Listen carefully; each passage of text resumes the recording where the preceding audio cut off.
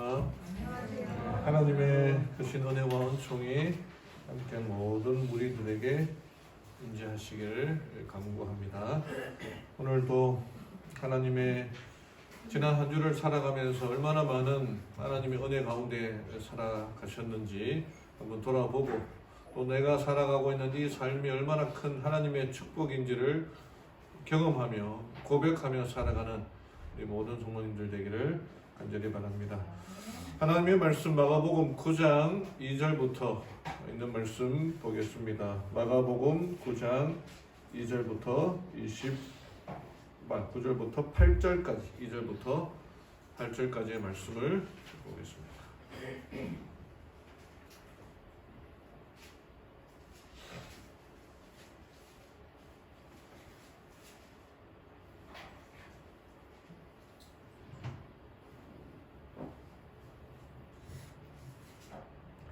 신약성경 80조입니다. 제가 천천히 읽어드리겠습니다. 엿새 뒤에 예수님께서 베드로와 야고보와 요한을 데리고 따로 높은 산에 올라가서 그들 앞에서 모습이 변하심에 그분의 옷이 빛나며 땅 위에 어떤 세탁공도 희게 할 수 없을 만큼 눈처럼 매우 희게 되었더라. 거기에 엘리야가 모세와 함께 그들에게 나타나고 그들이 예수님과 이야기하거늘 베드로가 예수님께 응답하여 이르기를, 선생님이여, 우리가 여기 있는 것이 좋사온즉 우리가 장막 셋을 짓되 하나는 선생님을 위하여, 하나는 모세를 위하여, 하나는 엘리야를 위하여 짓게 하옵소서 하니, 이는 그들이 심히 두려워하였으므로 그가 무슨 말을 해야 할지 알지 못하였기 때문이더라. 거기서 구름이 그들을 덮으며 그 구름 속에서 한 음성이 나서 이르시되, 이 사람은 내 사랑하는 아들이니 그의 말을 들으라 하시므로 그들이 문득 주위를 둘러보니 자기들과 예수님 외에는 더 이상 아무도 보이지 아니하더라. 오늘 예수님의 변화산 이야기, 변화산에서 일어났던 변형 대신 이야기를 본문으로 해서 함께 말씀을 나누기를 원합니다.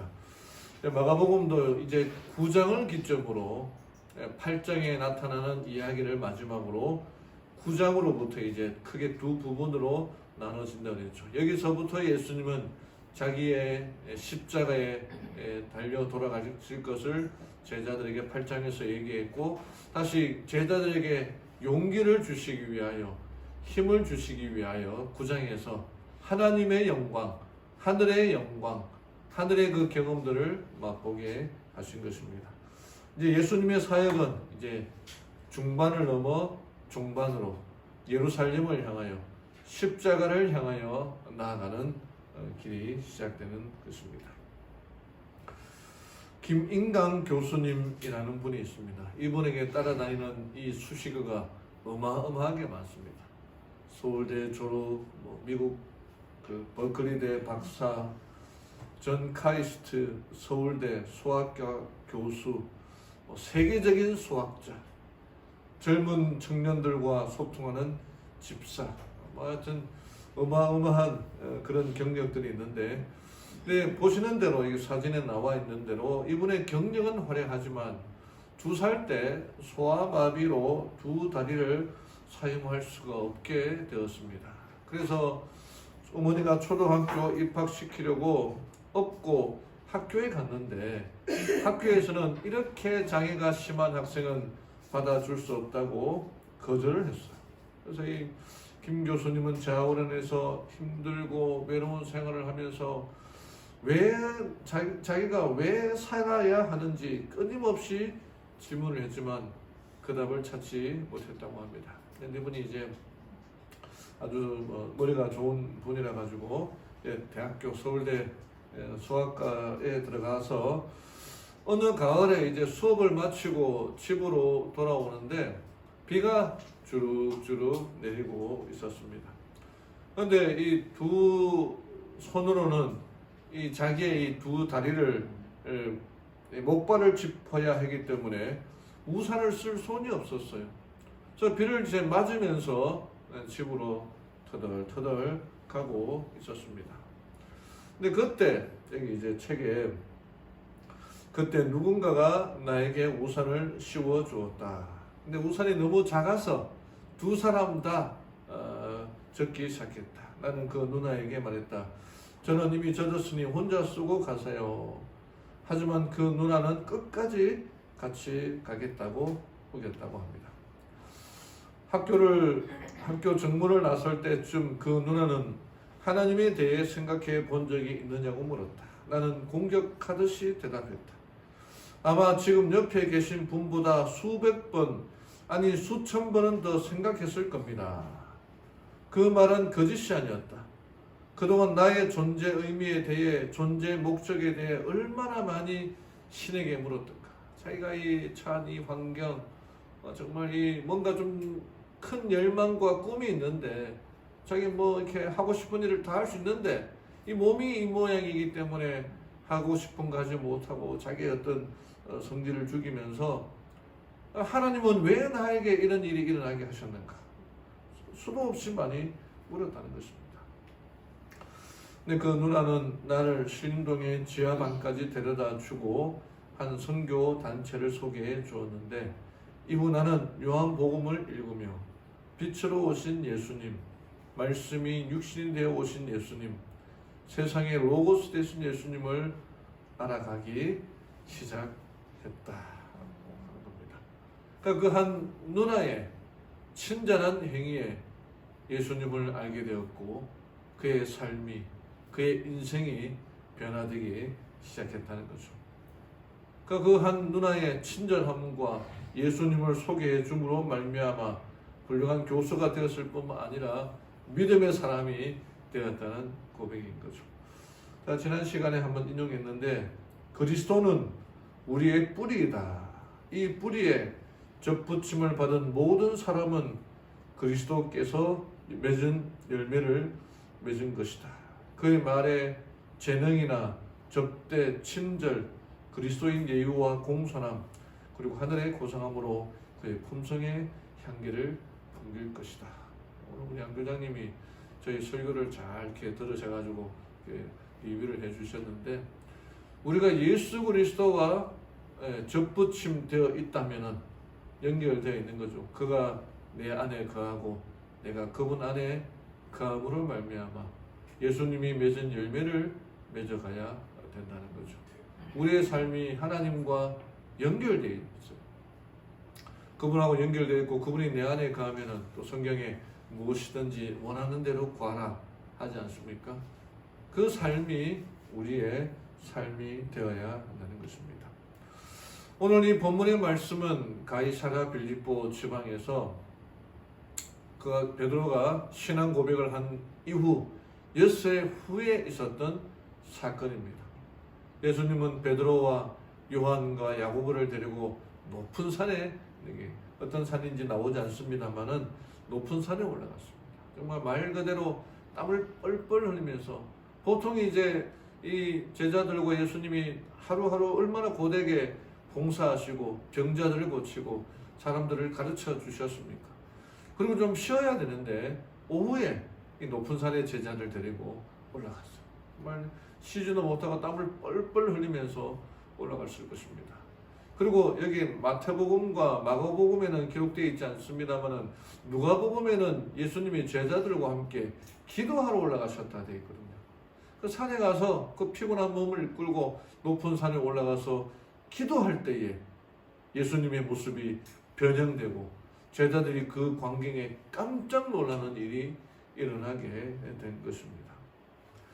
그리고 보니까 모세와 엘리야가 예수님과 이야기하고 있었는데, 제자들은 예수님이 무슨 얘기를 했는지 이렇게 경황이 없어서 다 듣지를 못했습니다.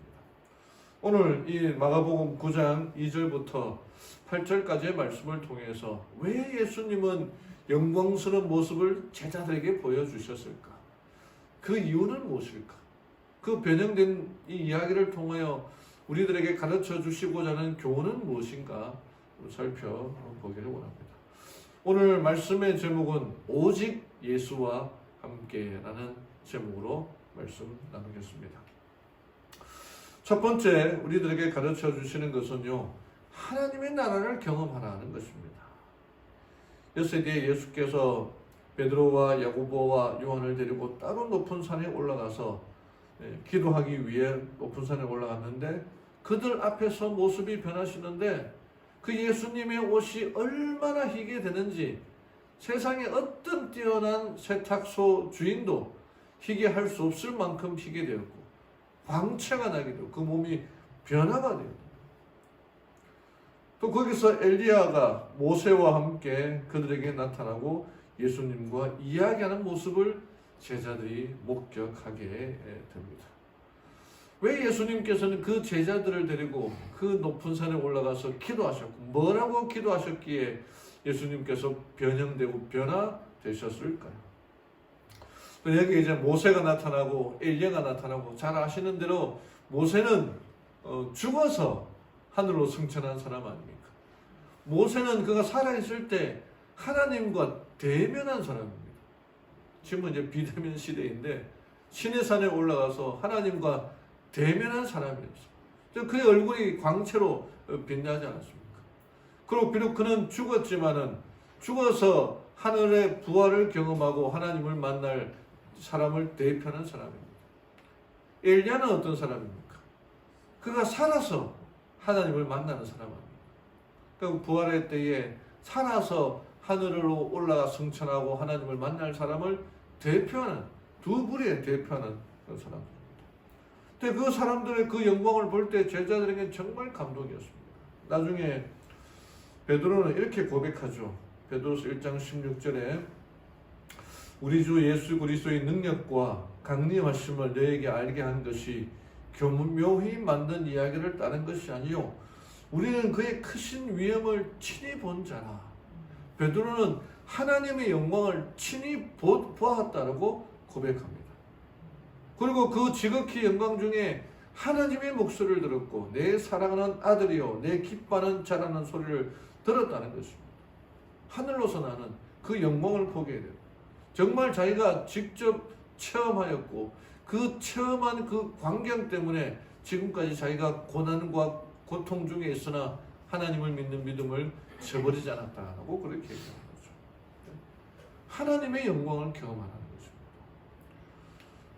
화이트보이는 초기 문집에 이렇게 고백합니다. 그가 계시 중에 18살에 17살에 첫 계시를 받았고 이 18살에 하늘에 올라가는 계시를 받거든요. 그가 하늘에 올라가는 건 너무너무 감동적인 건 너무너무 좋더라는 것입니다. 여기 이제 피치와 스토크만이라는 사람이 찾아와서 화이트보이에게 하늘로 올라왔다고 찾아와서 질문을 하는데 무슨 질문을 하느냐 하면은 자기들이 이제 잠자고 있는 동안 화이트보이는 어떤 고생을 했습니까? 하나님을 믿는 일 때문에 어떤 고생을 했습니까? 라고 질문을 하는 거예요. 그러니까 여러분 우리 살아오신 분들 보면은 자기가 고생했던 이야기 뭐 책으로 엮어도 몇 권씩 엮을 책들이 있지 않습니까? 그 잘잘잘 얘기 나와야 되는데 화이트보이는 뭐라고 말하냐면은 자기가 하늘에 와서 그 놀라운 광경들을 바라보다 보니까 세상에서 고생했던 이야기를 하려고 하는데 고생했던 이야기가 하나도 생각이 나지 않는다는 겁니다. 우리는 우리가 당한 가장 큰 어려움을 생각해내고자 있었으나 우리를 두르고 있는 훨씬 더 뛰어나고 영원한 영광에 비하면 우리가 당한 어려움들은 너무나 미미하게 여겨졌다. 우리는 그 어려움들을 입 밖에 낼 수가 없었다. 다만 할렐루야 하나님의 은혜가 우리가 하늘은 너무나 값이 싸구나 라고 소리치면서 영광스러운 검은고를 뜯어 하늘 공중에 울려 퍼지게 할 뿐이다. 그럼 우리가 여기서 참 믿음 때문에 신앙 때문에 여러 가지 고난을 받지 않습니까? 그러나 하늘나라 가서는 누가 더 고생했니 누가 더 고난을 받았니 할 수가 없다는 겁니다. 왜? 하늘에 가보니까 그 받은 영광들을 보니까 내가 지구에서 세상에서 고생했던 것은 너무나 미미하다는 거예요. 화이트보이는 하늘을 경험하고 그럴 수밖에 없었다고 하는 거죠. 이 변화산에 올라갔을 때에 예수님께서 드렸던 기도는 3가지였는데 그게 뭐냐면 첫 번째가 하늘 아버지와 함께 가졌던 영광을 보여달라는 것이었고 두 번째가 하나님의 왕국이 제자들의 눈에 보여달라는 것이었고, 그다음에 세 번째 제자들이 그 나라를 보므로 힘을 얻을 수 있게 해달라는 것이었습니다. 그러니까 그 제자들의 그 경험을 통해서 예수님이 성천하신 이후에 하늘에 대한 그 경험과 기억으로 그의 모든 사명을 감당해 나갔다는 거죠. 제자들의 경험이 곧 우리들의 경험이 되어야 된다는 겁니다. 예수님께서 제자들에 보여주셨던 하늘에 대한 그 체험이 화이트부인만 경험했던 그 하늘 체험이 아니라 지금도 우리들이 하늘을 체험해야 된다는 거죠. 그래야지 우리가 이곳에서 살아갈 힘과 용기를 얻는다는 거예요. 우리가 어떻게 하늘을 체험할 수 있을까요? 이게 2008년에 그 미국의 하버드 대학의 신경외과 의사였던 이븐 알렉산더라는 사람이 있었습니다. 이 사람이 뇌막염에 걸려서 혼수 상태에 빠지게 되는데, 그때 치료했던 그 의사들은 살아날 확률이, 회생할 확률이 0%였다면서 사망 판정을 내리려고 했는데, 근데 그가 7일째 되는 달에 다시 눈을 떴고 죽음의 문턱에서 생활했습니다. 근데 더 놀라운 것은 그가 혼수 상태에 있는 동안 임사 체험, 이게 하늘을 보았다, 천국을 보았다라고 하는 그런 건데, 임사 체험을 했다면서 천국을 보았다라는 책을 출간하게 된 것입니다. 이 책은 출간이 되자마자 아마존이나 뉴욕타임즈에서 일을 했고, 또 오프라 윈프리 쇼에도 나가서 많은 등을 비롯해서 많은 방송에 출연을 했다는 것입니다. 이 사람이 아버지가 감리교 가정에서 입양아로 자랐지만 명목적인 신자였고, 이 신앙에 대해서, 믿음에 대해서 회의가 많았다는 거예요. 근데 그가 이 천국을 보고 난 체험을 한 다음에 그의 믿음이 바뀌게 되었다 얘기하고 있는 것입니다. 여러분, 우리가 어떻게 하늘을 체험할 수 있을까? 하늘에 갔다 오신 분 있습니까? 예수님께서 제자들에게 용기 주기 위하여 하늘을 경험하고 그 영광을 보여주셨는데, 오늘 우리들은 그런 경험이 필요한데 어떻게 경험할 수가 있겠습니까? 저는 누가복음 24장 32절의 말씀이 그와 같다고 생각합니다. 이 배경이 예수님께서 돌아가시고 십자가에서 돌아가시고 또 제자들이 뿔뿔이 흩어졌는데, 이 예수님께서 오심으로 말미암아 이루려고 했던 그 사상이 세상이 끝났다고 생각했는데, 예수님이 돌아가시 모든 것들이 다 끝이 아닙니까? 그런데 여자들이 와서 하는 말이 예수님이 부활하셨다는 거예요. 그리고 제자들이 그 무덤에 뛰어가 보니까 예수님의 시체가 없어졌다는 것입니다. 그래서 이게 무슨 일인가 싶어서 이 제자 2명이 낙담이 되어가지고 그 가까운 엠마오에 가서 온천에 가서 좀 쉬다고 오자라고 해서 두 사람이 엠마오로 가는 도중에 예수님께서 나타나셔가지고 너희들 왜 그렇게 얼굴이 어둡냐 라고 물었을 때에 이 제자들이 이러이러한 일이 일어났는데 그 예수님이 우리를 구원하실 구세주로 알았다 라고 하니까, 그때 그들은 예수님인지 몰랐지만 이 사람이 모세오경부터 시작해서 시편, 선지자의 글, 모든 예언서를 통하여 예수님이 메시아라는 것을 증명하지 않습니까? 제자들이, 이 에마오라는 두 제자들이 예수님은 돌아가셨다고 생각했을 때에 예수님이 나타나서 내가 예수다 라고 말하지 않고 그 제자들로 하여금 성경 연구를 했거든요. 성경 연구를 통해서 그 예수님이 메시아다라는 것을 증거했다는 겁니다. 그리고 이제 해가 누워서 숙소에 들어가서 밥을 먹고 더 성경 연구를 하려고 하는 그때에 예수님이 기도하려고 축도를 하려고 딱 손을 올렸는데, 그때 제자들이 예수님이다 라고 했는데 예수님이 사라지고, 그 이후에 그들이 고백했던 말입니다. 그들이 서로 말하되 길에서 우리에게 말씀하시고 우리에게 성경을 풀어주실 때에 우리 속에서 마음이 뜨겁지 아니하더냐. 말씀을 연구할 때 우리가 마음이 뜨거워지는 거예요. 성경을 연구할 때에 하늘을 경험할 수가 있는 거예요. 그 힘으로 우리로 하여금 살아가게 한다는 것입니다. 예수를 경험하는 것이 하늘을 경험하는 거예요. 올레드라는 말이 있고 not yet이라는 영어 단어가 있어요. 히브리서 9강인가요? 거기서 우리 히브리서 연구할 때 나온 것 같은데, 하나님의 왕국이 이미 우리들에게 임해졌지만 우리가 아직 하늘에는 아직 가지 않았잖아요. 우리의 상태라는 겁니다. 우리가 지금 예수 그리스도의 그 사역을 통하여서 하나님을 경험하게 되었지만 아직 우리는 하늘에 가지 않았다는 거죠. 날마다 우리가 말씀을 통해서 하나님을 경험하는 거예요. 은혜를 경험하는 거예요. 그게 은혜의 왕국이라는 겁니다.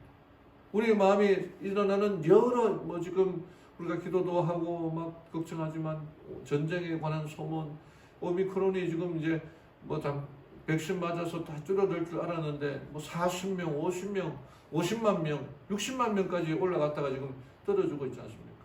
내 주위에 지금 6명 중에 한 사람이 그런 전염병에 걸려 있는 거예요. 우리 마음이 어렵지만 그럼에도 불구하고 하나님이 내 마음에 거하실 때 우리가 그 은혜를 경험하는 것처럼 하늘을 경험하며 살아가야 된다는 것입니다. 이것은 말씀을 통하여 우리가 이 예언의 신의 말씀을 통해서 외에는 이루어질 수가 없는 거예요. 제자들이 경험한 그 뜨거움이 오늘 우리들에게도 경험하게 되기를 바랍니다. 우리가 지금 제자훈련 1기 지금 공부하고 있거든요. 이제 한 석 달의 과정을 거치면은 다시 2기생을 모집할 거예요. 그때 이제 합시다 할 때에 같이 참여해 주시길 바랍니다. 그게 하나님을 경험하게 되고 하늘을 경험하게 되는 가장 좋은 방법임을 알고 그 은혜 속에서 은혜를 체험하며 하늘의 영광을 체험하며 살아가는 우리 모든 성도님들 되기를 바랍니다.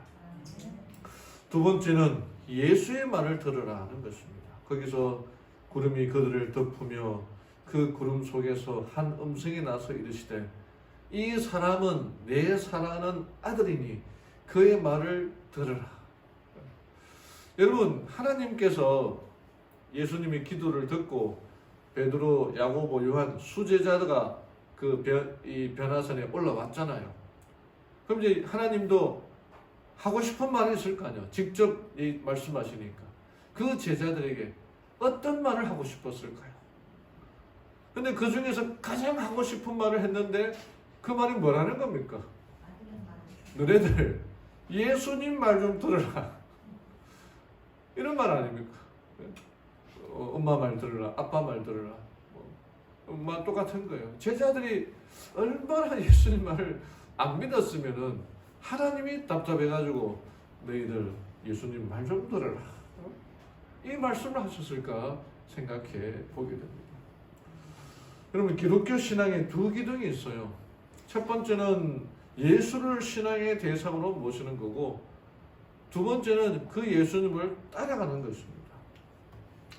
마태복음 16장 16절에 시몬 베드로가 대답하여 이르되 주는 그리스도시요 살아계신 하나님의 아들이시니이다 라고 고백하는 거예요. 요한복음 12장 27절에 이르되 주는 그러함이다. 주는 그리스도시요 세상에 오시는 하나님의 아들이신 줄 내가 믿나이다. 예수님을 신앙의 대상으로 모시는 게 첫 번째 기둥이고, 두 번째는 예수님의 가르침을 따라가게 되는 겁니다. 너희는 나를 불러 주여 주여 하면서도 어찌하여 내가 말하는 것을 행하지 아니하느냐. 우리가 말씀을 통해서 주의 교훈들을 받아들이지 않습니까? 근데 그런 것들을 받아들일 뿐 아니라 따라가야 된다는 거예요. 어떤 목사님은 말하기를 이 현대 교회의 특징은 실천하는 것, 배우는 것 따로, 실천하는 것 따로 놀고 있다고 얘기를 합니다. 그래서 우리가 교회에서 가르치는 주장은 옳고 그 가르침은 옳은데 세상에 하는 말은 왜 그 가르침대로 살고 있지 않느냐, 그 말을 하고 있는 거예요. 로마서 10장 17절에 그러므로 믿음은 들음에서 나며 들음은 그리스도의 말씀으로 말미암는다.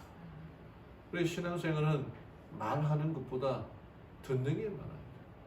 그 듣는 것을 따라가야 되는 겁니다. 마가복음 8장 18절에 너희가 눈은 있어도 보지 못하며 귀가 있어도 듣지 못하느냐. 오늘 우리는 이 말씀의 풍요 속에서 살고 있습니다. 제림 마을의 그 영상들을 보면 설교가 어마어마하게 많아요. 언제든지 그 말씀 들을 수 있어요. 유튜브는 더 말할 것도 없고요. 근데 그 말씀을 듣기만 하고 우리의 마음에 들어오지가 않는 겁니다. 우리가 말씀을 기억절 말씀을 암송하는데 그 암송하는 말씀이 그냥 입에서만 우물우물거리고 우리의 삶 속에서 실천이 되고 변화가 되어야 되는데 그 일들이 안 이루어지고 있다는 것입니다. 그런 예수님께서 제자들에게 예수님의 말 좀 들으라. 들으라는 말은 순종하라는 그런 의미죠. 따라가라는 것입니다. 요한나 마리아 린드라고 하는 사람이 있습니다. 스웨덴 스톡홀름에서 태어난 이 사람인데 정말 아름다운 여인이었고 이 여인이 17살에 소프라노 가수로 데뷔를 했는데 세계적인 명성을 얻게 됩니다. 이분이 주로 활동한 이름은 제니 린드라는 이름으로 활동을 했는데 그가 얻었던 칭찬이 뭐냐면은 19세기 최고의 오페라 가수, 스웨덴의 깨꼬리, 또 뭐 스웨덴의 나이팅게일이라고 하는 그런 이름도 붙었는데 그만큼 아름다운 소프라노 가수였다는 것입니다. 이 사람은 세계 여러 곳에서 초청을 받았고 뭐 국왕, 대통령 그런 사람들 앞에서 공연을 할 정도로 정말 부와 명성을 얻었다는 것입니다. 그가 30살 때 처음으로 미국 순회 공연을 가졌는데 그야말로 폭발적인 인기를 끌었습니다. 미국 그 티켓, 공연 티켓은 역사상 가장 비싸게 팔린 티켓이었다고 그렇게 하였고, 그러니까 미국 순회 공연을 통해서 성공을 하면서 그와 관계된 뭐 제니 린드 장갑, 제니 린드 모자, 이름으로 말하면 뭐 굿즈라고 하는 그런 건데, 그가 이름을 따서 만든 그 모든 것들은 정말 날개 돋친 듯이 팔렸습니다. 돈을 움직이는 하나의 커다란 거대한 기업과도 같은 그런 존재였습니다. 그래서 그의 조국 스웨덴은 현재까지도 50크로네라고 하는 그 지폐에 우리나라 돈으로 6,000원에 해당하는 지폐에 그녀의 얼굴을 기록해가지고 이렇게 기록하고 있는 정말 역사적으로 중요한 인물이고 유명한 인물입니다. 근데 이 사람이 가수 활동을 잘 하다가 갑자기 그 활동을 중단합니다. 그러고는 사라져버렸어요. 모두가 충격이었습니다. 정말 잘 나가는데 세계적으로 부와 명성을 얻었는데 왜 갑자기 활동을 중단했을까? 왜 은퇴했을까? 그리고 이분은 무대를 완전히 떠나고 소식이 끊어졌습니다. 어떻게 몇 년 후에 한 지인이 이 제니를 찾아가 질문을 했는데 제니 무대가 그립지 않나요? 예, 연예인들의 특징이죠. 자기가 활동을 하면서 지나갈 때마다 막 그 환호했던 그 소리, 공연할 때의 그 팬들의 그 환호 소리, 그런 게 있거든요. 그래서 당신 그렇게 하는 게 그립지 않습니까? 무대가 그립지 않습니까? 그렇게 했는데 이 제니의 대답이 이 성경을 읽는 시간이 날마다 줄어드는데 어떻게 그만두지 않을 수 있겠어요? 라고 고백하는 겁니다.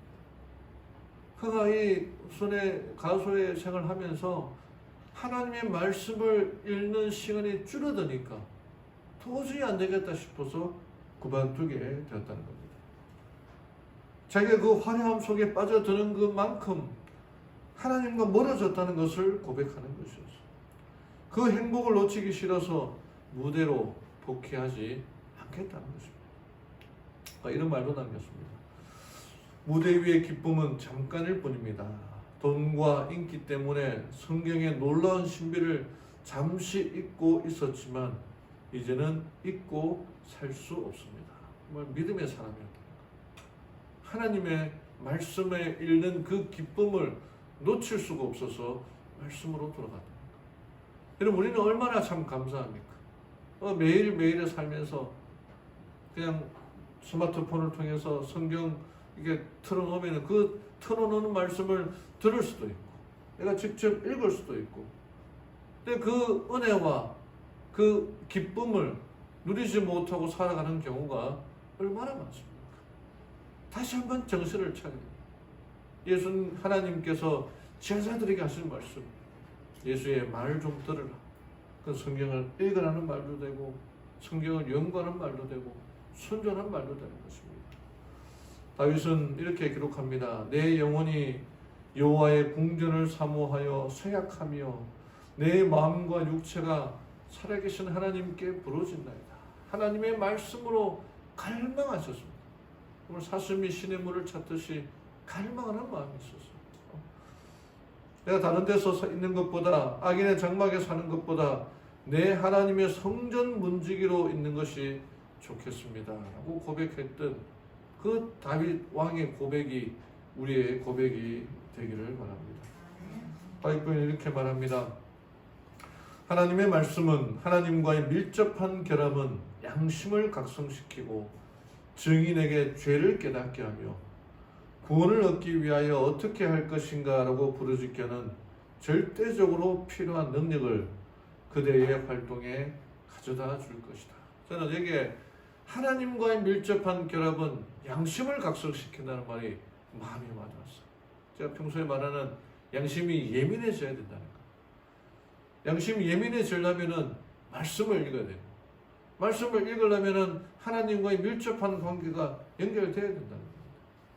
성경 한 절 한 절이 나에게 쿵쿵 하고 찾아와야 된다는 거예요. 그게 우리로 하여금 양심이 각성되어서 예민해지게 되는 거죠.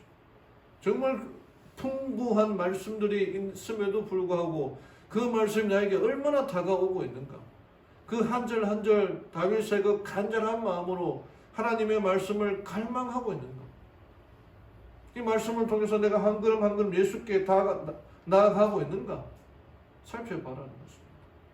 나에게 주시는 이 귀한 말씀이 나의 심장을 치어 흔들고 예수님의 음성을 듣고 말씀을 듣고 따라 순종하며 살아가기로 결심하는 우리 모든 성도님들 되기를 간절히 바랍니다. 마지막으로는 예수를 힘입어 세상을 향하여 가라는 겁니다. 8절에 그들이 문득 갑자기 정신을 차려보니 자기들과 예수님 외에는 더 이상 아무도 보이지 아니하더라. 제자들이 신비스러운 광경을 받지 않습니까? 예수님의 그 영광스러운 모습을 보았고 말로만 들었던 모세를 보고 엘리야를 보고 신비 체험을 했지 않습니까?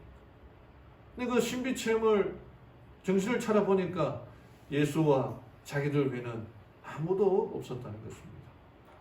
어쩌면 그들이 보기를 원했던 것은 예수님을 통하여 예수님이 모세와 같이 되기를 바랬는지 몰라요. 아니면 엘리야처럼 되기를 원했는지 모릅니다. 그리고 그 신비스러운 분위기가 너무 좋아서 그 앞절에 보면은 베드로가 여기서 탑하는 그 텐트를 치되 하나는 예수님을 위하여, 하나는 모세를 위하여, 하나는 엘리야를 위하여 이거 신비로운 체험에 같이 있고 싶다라고 그렇게 했는지 몰라요. 그러나 예수님이 원하셨던 것은 이 신비 체험을 가지고 세상을 향하여 나아가는 것이었습니다. 아까 얘기했던 이분 알렉산더는 그의 신앙을 이렇게 고백했습니다. 자기가 임사 체험, 천국을 보는 체험을 했는데 나중에 이제 그가 이제 고백했던 것이 우리나라 국민일보의 그 인터뷰에 나왔었는데 나는 돌아가야만 했습니다. 내가 외면할 수 없는 소중한 사람들에게로 그들은 모르고 있습니다. 그들에게 내가 본 것을 알려야 했습니다. 그가 하늘에 올라가서 하늘을 체험했지만 그에 든 생각이 뭐냐면 이것을 알려줘야겠다. 가르쳐줘야겠다. 보냄을 받아야겠다. 그렇게 고백을 했다는 것입니다. 그래서 이 사람은 자기 의사의 일도 관두고 말씀을 전하는 일에 그렇게 일을 하였다라고 하고 있는데 헨리 나우엔이라고 하는 사람도 마찬가지였습니다. 그가 신부였는데 그가 교통사고를 크게 당하고 의식불명 상태에 빠지게 됩니다. 근데 그가 수술을 하고 다행히 회복했는데 수술하고 회복한 다음에 딱 눈을 떴을 때의 고백이 마취에서 깨어나 아직도 세상에 살아있다는 것을 알았을 때 나는 즉각적으로 내가 보냄을 받았다는 사실을 인식했다. 하나님께서 그의 생명을 거두어 드리지 않으신 이유는 해야 할 일, 보냄을 받은 목적이었다는 겁니다. 사랑에 줄이고 목말라 있으면서도 결코 그것을 줄 수 없는 세상에서 그 사랑을 찾아 헤매는 사람들에게 모두를 품어주시는 아버지의 사랑을 알게 하라고 보냄을 받았던 것이다. 고백합니다. 저도 제가 지금까지 살아오면서 한 2번의 수술을 했는데 이 전신 마취는 딱 한 번밖에 하지 않았거든요. 전신 마취를 하면서 제가 굉장히 걱정을 했어요. 눈을 떴을 때에 첫 예수님의 그 재림의 광경을 보게 될 것인가, 아니면은 삼림의 광경을 보게 될 것인가, 대단히 걱정을 했거든요. 그래서 기도도 했지만 제가 눈을 딱 떴을 때 무엇을 보았을까요? 제가 얘기했죠. 집사람이 딱 보여야 되는 겁니다. 그래서 든 생각이 뭐였는지 아십니까? 살았구나 하면서 이 헨리 나우엔의 그 비슷한 생각을 하게 되는데, 내가 아직 할 일이 있구나, 그런 생각을 했거든요. 이 베드로와 야고보와 요한이 정신을 차렸을 때에 예수님과 자기들 외엔 없는 모습을 보았을 때 그들이 해야 할 일이 있음을 깨달았다는 거죠. 요한복음에도 마찬가지입니다. 침례 요한에 대한 이야기가 나오는데, 하나님께로부터 보내심을 받은 사람이 있으니 그의 이름은 요한이라. 요한이 해야 할 일이 있었어요. 하나님께로부터 보내심을 받았다는 거죠. 와이프님 하늘에 올라가서 그 계시를 받았을 때에, 예수님을 만났을 때에 예수님께 이 과일을 먹게 해달라고 그렇게 요청을 했습니다.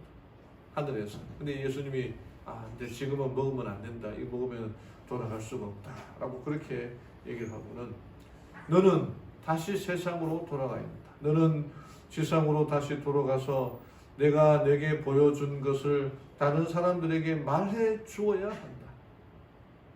그리고는 천사에 의해서 이 땅에 내려왔는데 너무너무 어두웠다는 거예요. 하늘의 그 영광을 보고 세상에 오니까 너무너무 답답하고 너무너무 어두웠다는 거죠. 그러나 그에게는 할 일이 있었다는 거죠. 그가 기록되어서 우리들로 하여금 천국이 어떠한 곳인 줄 우리가 알 수 있지 않습니까? 우리 또한 보냄을 받은 존재가 되어야 된다는 겁니다. 최근 100년간 13대 전염병이 있습니다.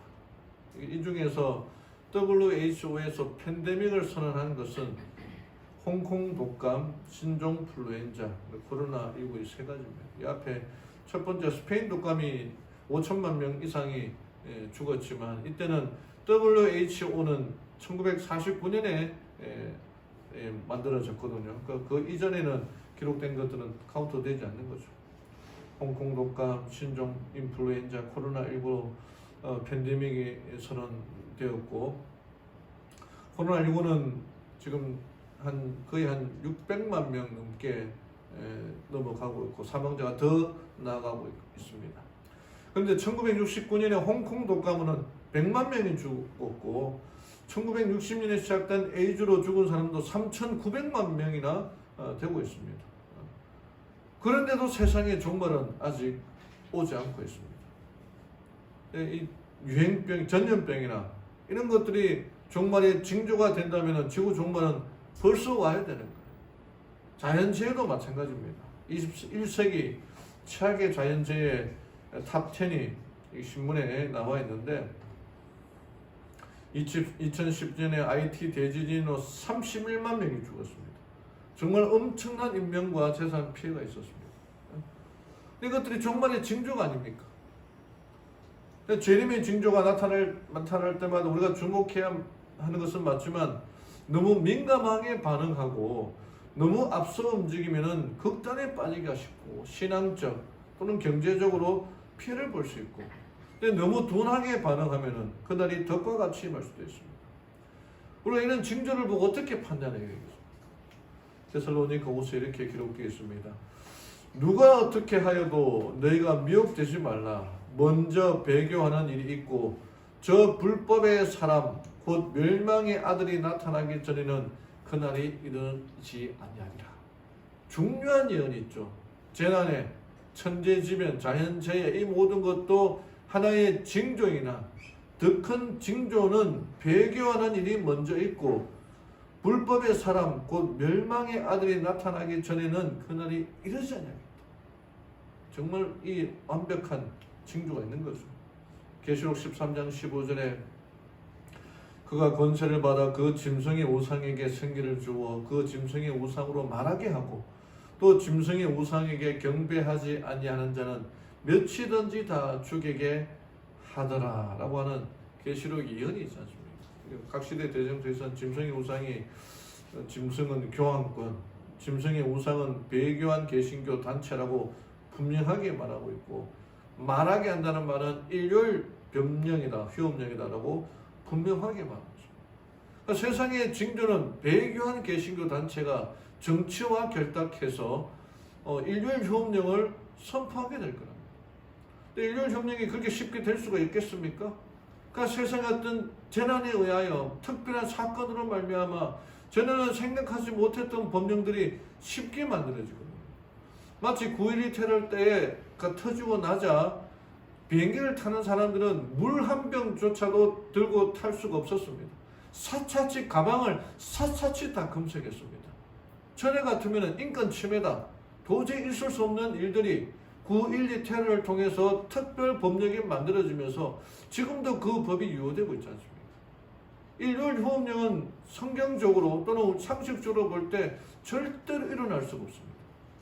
그러나 특별한 사건이 터지면 그 분위기에 따라서 바뀔 수도 있다는 거죠.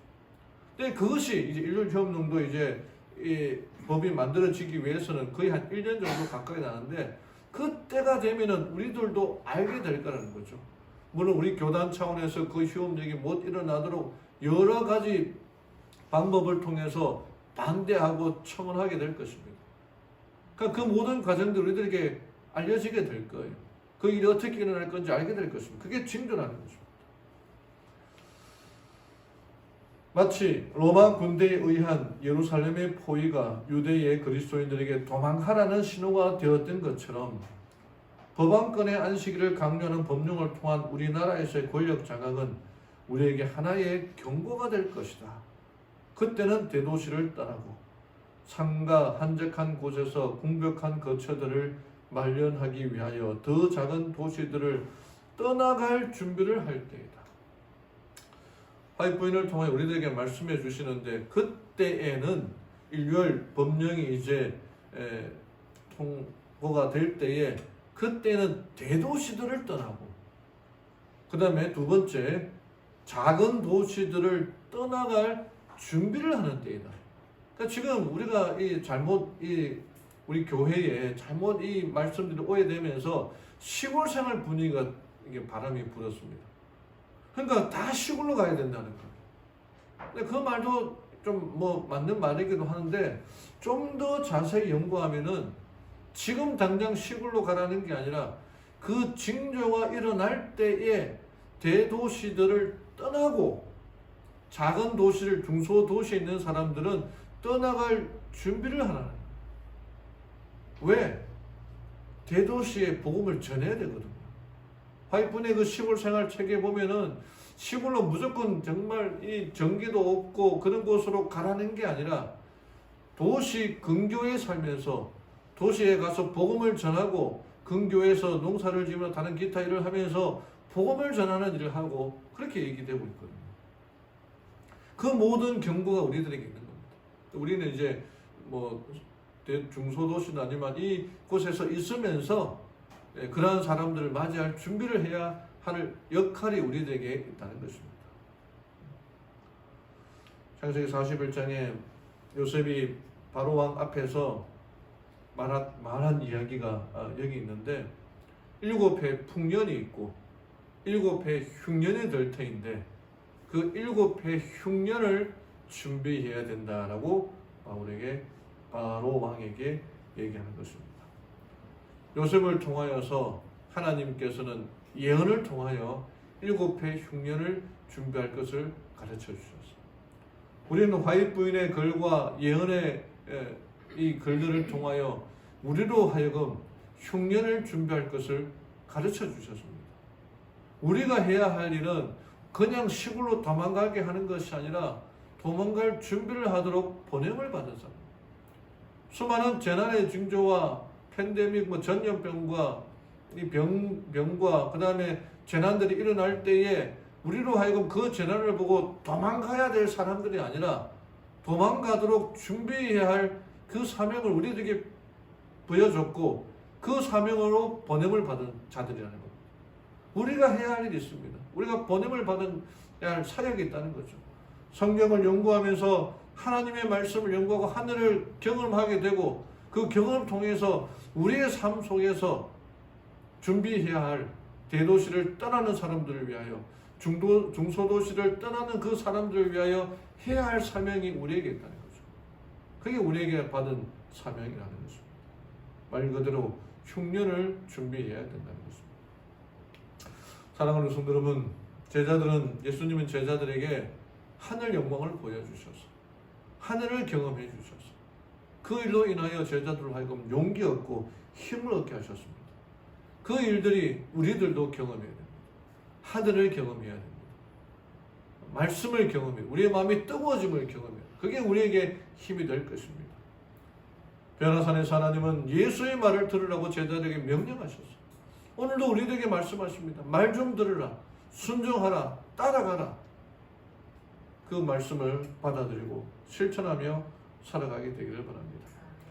변화산의 그 신비한 경험은 그곳에서 살기 위해서가 아니라 세상을 향하여 나아가기 위해 준비하기 위해서입니다. 우리에게 받은 사명이 있죠. 흉년을 준비하고 재림을 준비하고 그 사명을 감당하기 위하여 준비하며 실천하며 대비하며 살아가기 위해 번임을 받은 사람이 우리들이라는 것을 알고 명심하고 준비하며 살아가는 우리 모든 성도님들 되기를 바라며 오늘 말씀을 마치겠습니다.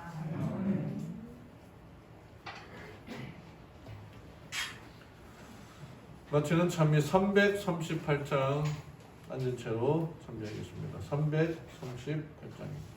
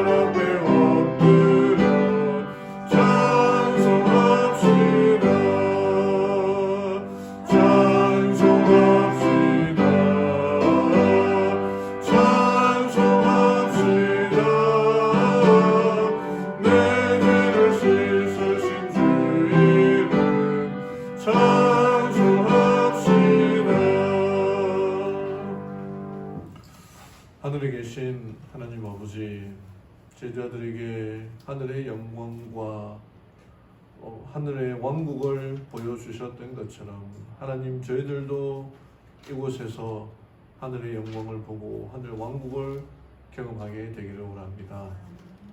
제자들에게 보여주신 그 하나님, 오늘도 우리들에게 하나님의 나라를 보여주셔서 말씀을 통하여 우리의 마음이 뜨거워지고 성경을 통하여 우리들에게 가르쳐 주신 하늘을 경험함으로 말미암아 용기를 얻고 힘을 얻어 살아가도록 인도하여 주시옵소서. 변화산에서 하나님은 제자들에게 예수의 말을 들으라고 하셨던 그 명령을 오늘 우리들이 듣고 성경을 통하여 하시는 예수님의 말씀을 듣고 순종하며 실천하며 살아가도록 인도하여 주시옵소서. 또 우리들 또한 세상을 향하여 보내심을 받고 부르심을 받은 것임을 알고 재림의 징조가 일어나고 재난의 징조들이 보여질 때에 이제 장차 마지막 종말의 징조가 무엇인지를 사람들에게 가르쳐주고 또 우리들이 이곳에서 준비해야 될 것임을 무엇인지를 깨닫고 대도시를 떠나고 중소도시를 떠날 준비를 하는 이들에게 우리가 해야 할 그 사역을 감당할 수 있도록 인도하여 주시옵소서. 하나님, 세상에서 일어나는 일들이 나와 아무런 관계가 없는 것이 아니라 예언을 통하여 가르쳐 주신 그 기별들을 받아들임으로 말미암아 주님의 재림을 준비하며 주의 사역을 감당하며 살아가는 우리 모두가 되도록 인도하여 주시옵소서.